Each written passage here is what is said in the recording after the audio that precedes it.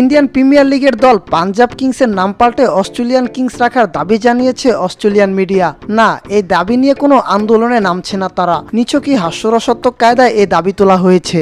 অস্ট্রেলিয়ার সংবাদ মাধ্যম 7 ক্রিকেট সামাজিক মাধ্যম এক্সে দেওয়া এক পোস্টে লিখেছেন, রিকি পন্টিং এর আইপিএল দল পাঞ্জাব কিংসের নাম অস্ট্রেলিয়ান কিংস রাখার আবেদন জানাচ্ছি।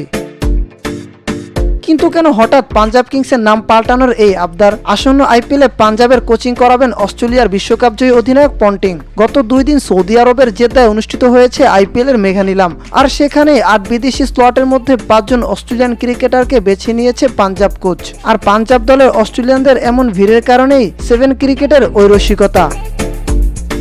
নিলাম থেকে পাঞ্জাবের দলে টানা 5 অস্ট্রেলিয়ান ক্রিকেটাররা হচ্ছেন Marcus Stoinis, Glenn Maxwell, Josh Inglis, Aaron Hardie ও জাভিয়ার বাটলেট। এবারই অবশ্য প্রথম নয়, এর আগে দিল্লির ডাগআউটে থাকার সময়ও স্বদেশীদের প্রাধান্য দিতেন পন্টিং।